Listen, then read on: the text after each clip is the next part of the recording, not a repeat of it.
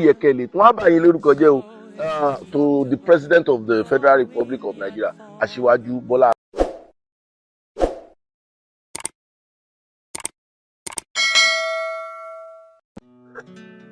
Àwọn Yorùbá bọ̀ wọ́n ní amúkùn ẹrù ẹwọ́, wọ́n lókè lẹ́ ń wò ẹ wò sàlẹ̀.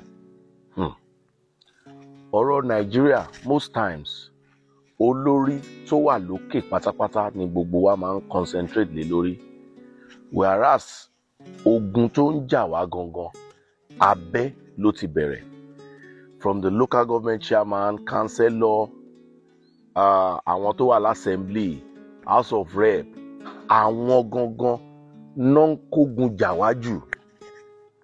Mo wà opportune láti travel wá sí Ìdó-àní, mo dé Ìdó-àní. To my greatest surprise, wọ́n ní gbogbo community yìí wọ́n ò níná for over 4 years. For over 4 years. Báwo ló ṣe dùn gbọ́? Báwo ló ṣe rí létí?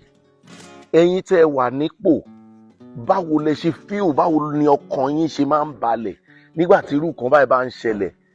Àwọn ìlú tó wà ní agbègbè yìí ó lé ní 8, about 10 or more than, ni wọn ò níná.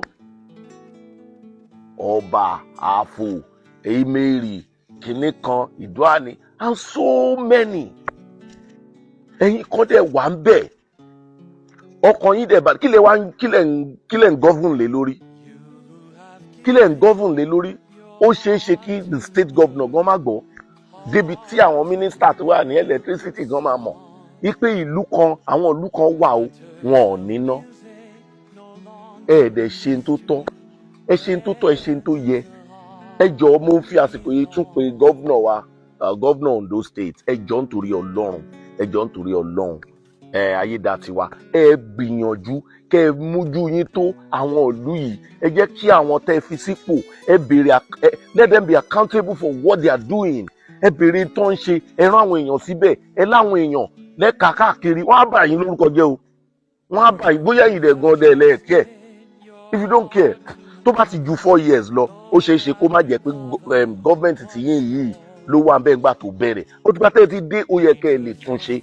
Republic of Nigeria, Aṣíwájú Bọ́lá Ahmed Tinubu, bàbá wa, ẹ jọ̀ọ́ ẹ rán àwọn èèyàn kan máa lọ sáwọn ògbèríko yìí. Àwọn ògbèríko, they are feeling pain. Àwọn dẹ̀ ní masses, àwọn náà máa dìbò, àwọn náà máa ṣe gbogbo nǹkan yìí. Àwọn gangan ló yẹ kí ẹ mójútó jù, because àwọn tó wà lókè yẹn, àwọn tẹ́ fi sípò yẹn, wọ́n ò ṣe nada o. Most of them are doing nada. Àwọn tó wà ní in charge àwọn ìlú tí mo dárúkọ, Ìdó-àní, wọn ò níná for over 4 years. Ẹ mójútó.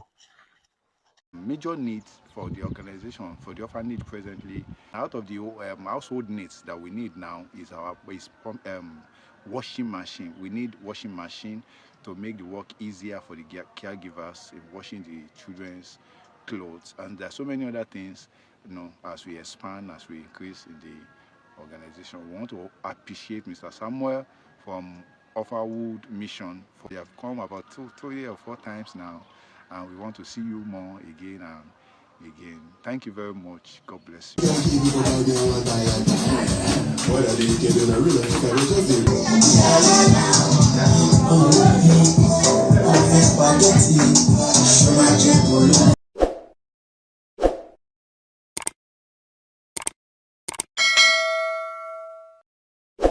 Ọ̀tẹ̀ ló ń jẹ́ ló ń pè ọ́, kò sẹ́ni tí ò lórúkọ tiẹ̀, àti wípé ọmọ kì í gọ̀ títí sẹ́ẹ̀ kó gbàgbé orúkọ ara rẹ̀. Ààfin tèmi ò nílò ìdánimọ̀ lọ́jà, tó bá dọ́jà báyìí wọ́n á mọ̀ bó dọ́jà ni. Èmi tí ń tòótọ́ Samuel Owóyẹmí, fẹ́lẹ́fẹ́lẹ́ láyé lórúkọ mi, fẹ́lẹ́ ní gbogbo èèyàn mọ̀ mí sí. Èmi náà kọ́, Ọlọ́run ọba òkè ló fún mi ṣe ní gbogbo ìgbà.